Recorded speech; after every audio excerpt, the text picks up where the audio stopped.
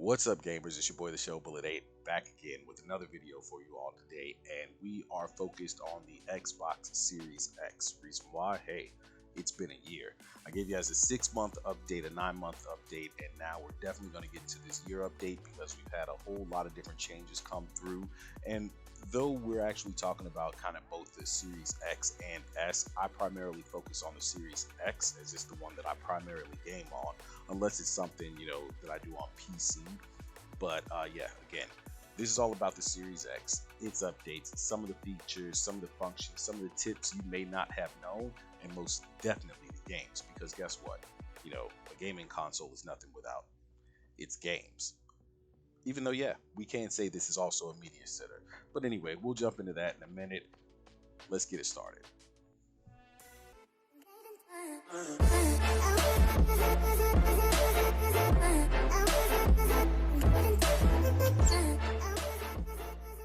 As I talked about before, one of the great functions of this system beyond having the 1 terabyte of storage space is that you can actually add on external devices as well.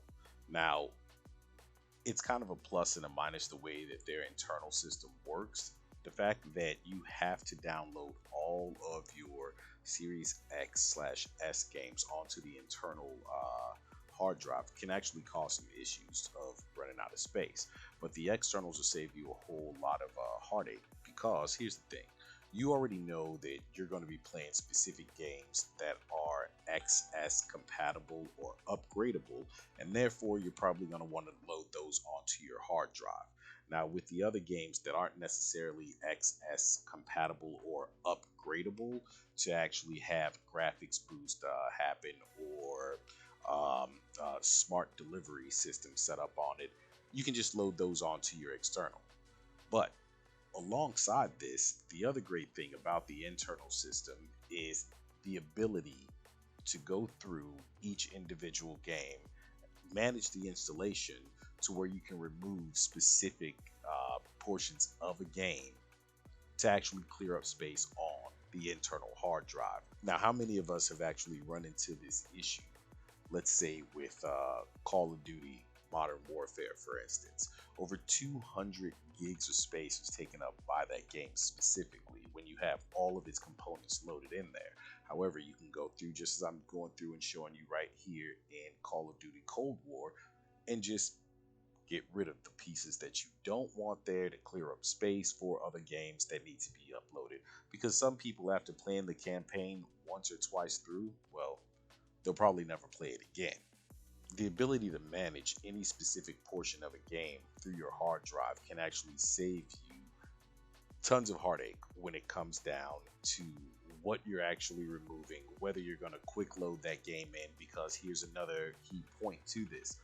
When it comes to those XS games, again, as I said, you're going to want to make sure that they're loaded on the actual internal hard drive or the expansion hard drive that's specifically for the Xbox Series X. The reason being is because otherwise it's kind of unplayable when you load it onto a different standard or external hard drive. It goes just the same right here. As you notice, I've downloaded the entirety of the new Grand Theft Auto Trilogy, the definitive edition, and it allows me to pick and choose which games I'm going to load in, so they're not all being loaded all at one time, taking up a greater portion of my internal hard drive. But hey, we're going to get right back into Grand Theft Auto here in a minute. There are other options to the internal storage as far as the Xbox Series X goes. You can actually purchase the Seagate 1 terabyte and now 2 terabyte hard drives that pop into the back of the system as what technically, yes, we'll all think of as an external hard drive, but actually is considered another internal hard drive for the system, as it functions exactly the same, well, almost exactly the same as your internal hard drive does for the Xbox Series X. Now, the issue becomes the price point. The new 2 terabyte hard drive is actually going to be priced at about $100 less than what the actual Series X costs itself. I think we all can probably agree that that's not the brightest idea to actually have that for another hard drive. I mean, essentially, build a PC at that point.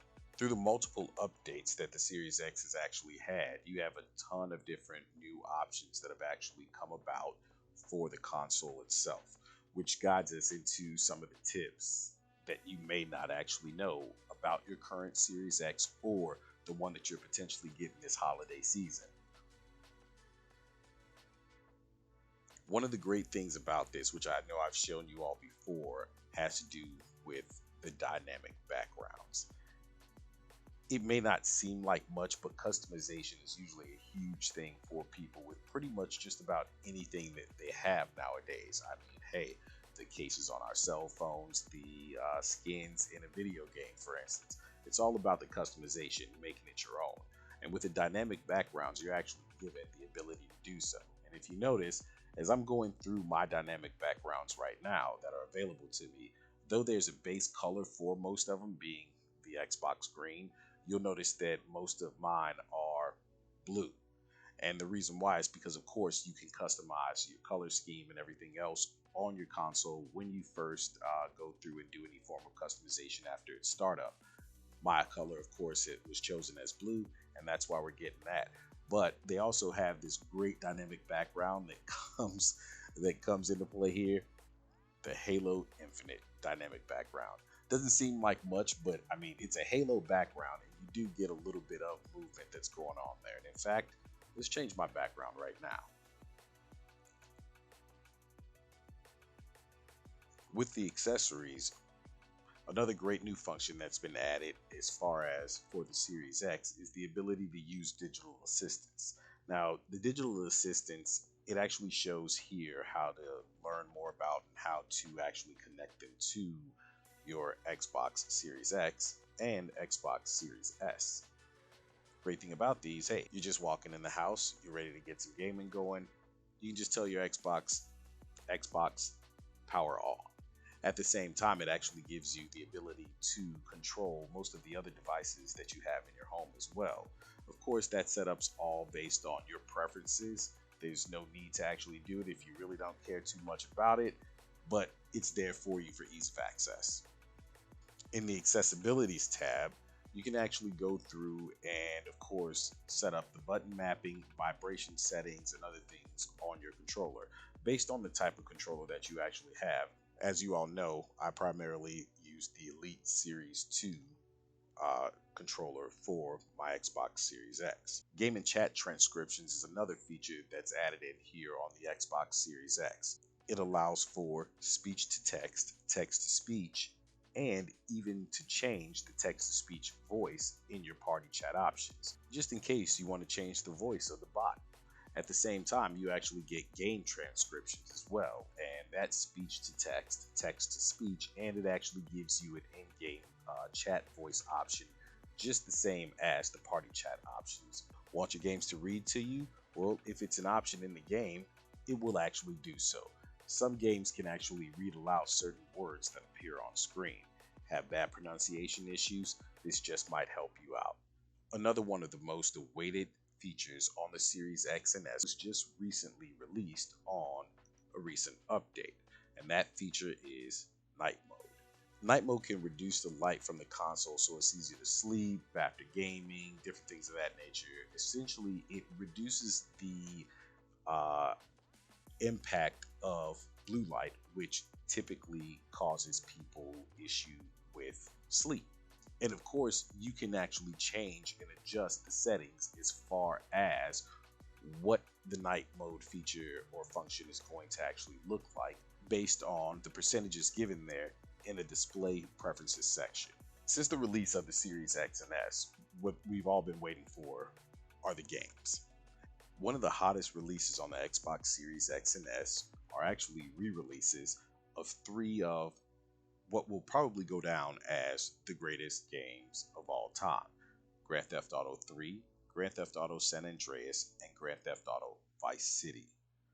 All three games have been completely remastered for the Series X and S.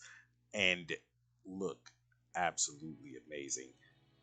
There are some flaws, some glitches here and there that you'll obviously see throughout the game, but the whole intention of this was to reintroduce an entire generation to what actually brought us to the point to where we got something along the lines of Grand Theft Auto 5, which has been running for now 7, nearly 8 years as one of the top games the entire time.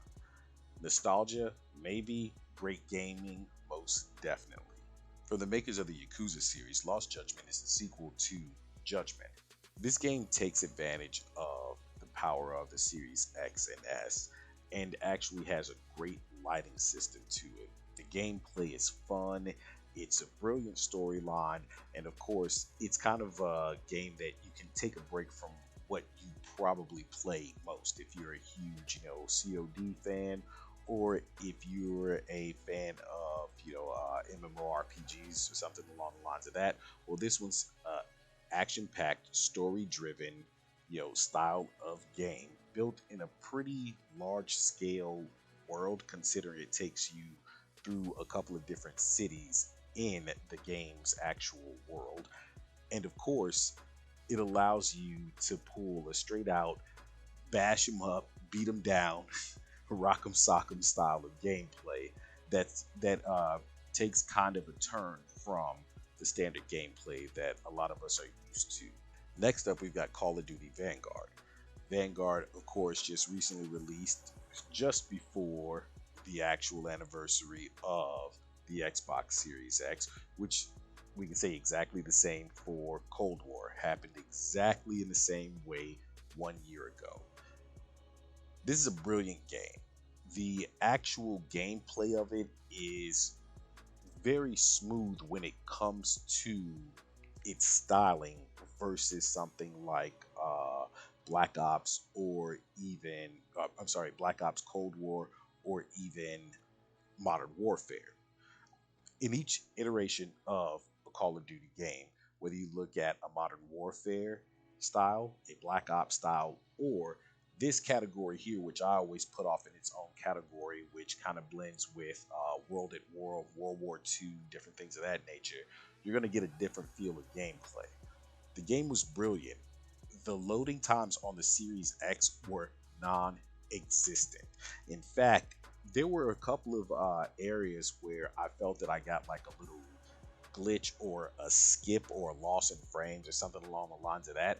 When what it was, I realized was the game was processing its loading. And what I mean by processing its loading, that 1 or 2 second skip was literally the time frame that you could then realize, oh my gosh, the game's loading through to the next section without an actual loading or break in the game. And it actually kept you drawn into the storyline. Now, as far as using the power of the Series X beyond that, the detail of this game, the realism, there's so much to be said about it. The flaws, I'm not going to get into because this isn't a review on Call of Duty Vanguard. It's a review and kind of, details on the Series X itself. Of course, we can't go through a Series X review without talking about one of the biggest games to come to the system, the one that everyone's probably been waiting for since day one, as I've said before, and that, of course, is Halo Infinite. And right here, as you can see, Halo Infinite looks absolutely amazing. The actual in-game campaign, I mean, I can't wait to get through that actual campaign. I think I'm looking forward to the campaign more so than the multiplayer. And don't get me wrong, I will play the multiplayer. And of course, playing through the beta, we actually got to experience bots and we got to experience, some PvP action, things like that on a few different maps. And the game looked absolutely brilliant and it functioned the way that you would expect a Halo game to function. Now, of course, considering this is an in-house game, what's going to be happening is they've decided that they're going to release it on Game Pass day one. Multiplayer will be free to play all the time, but the actual campaign and multiplayer will be released on Game Pass.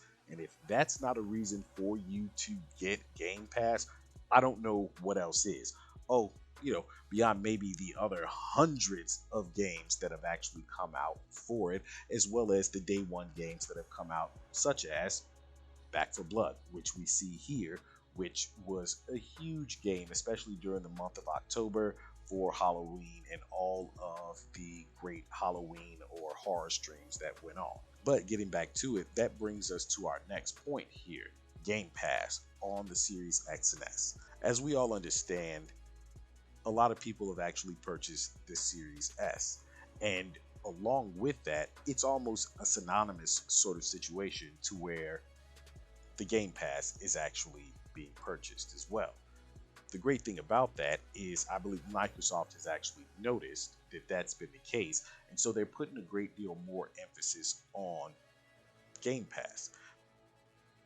It opens up a whole new door for a great deal of gamers who aren't necessarily able to purchase, the premier titles day one for their consoles.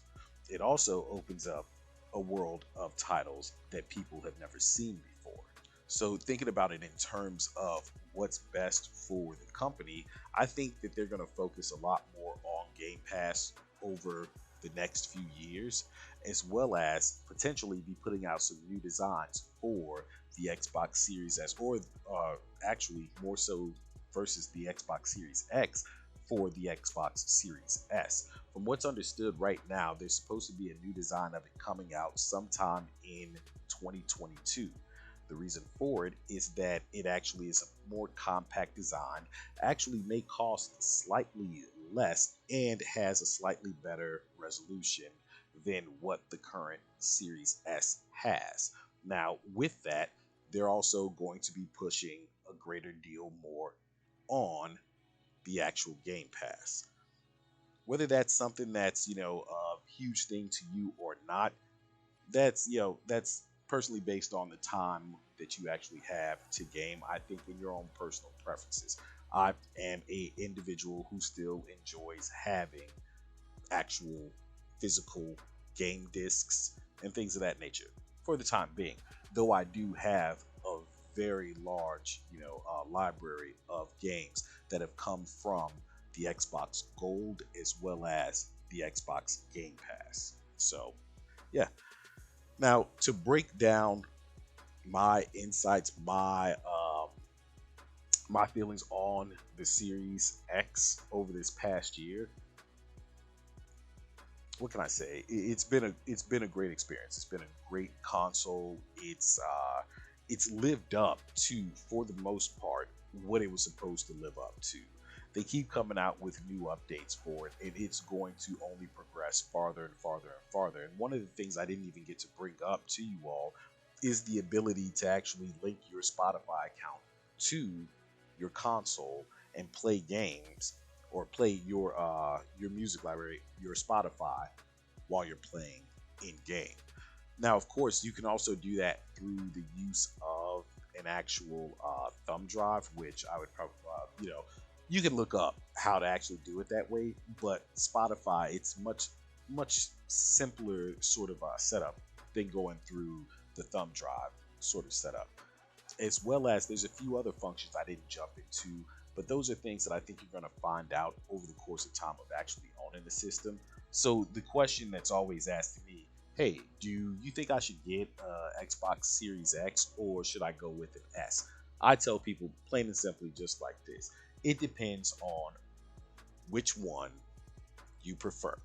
And your preferences is going to come up as far as budget wise, or whether or not you have enough time to actually game, or why you game, or who you game with, different things of that nature. All of those things are going to come into play for you, when you're looking at the actual cost of it. But what I can say is, one of the things that you will definitely need at some point is to either own an external hard drive and be prepared to remove certain portions of or entire games in order to load new games on it, or go ahead and just get yourself one of the expandable internal memory cards made by Seagate. They're the only ones that are currently available for the console still to this day. And of course, as I said, they have 1 terabyte, they have 2 terabyte, and there is an understanding that there's supposed to also be a 500 and is it 500 gigs or 512? It's one or the other, but it's somewhere in the, you know, half a terabyte arena. So in the 500 gig arena. But hey, that's about all I can go over right now, or all I can think of to go over. There's a great deal more, but this video would be about an hour long, and we don't need that. But if you guys have any questions, please feel free to go ahead and ask them in the chat. And most definitely, please leave comments, please like the video, and please do go ahead and subscribe. Thanks a million for watching. I'm the Shell Bullet 8. I'll see you next time. But for now, I'm out.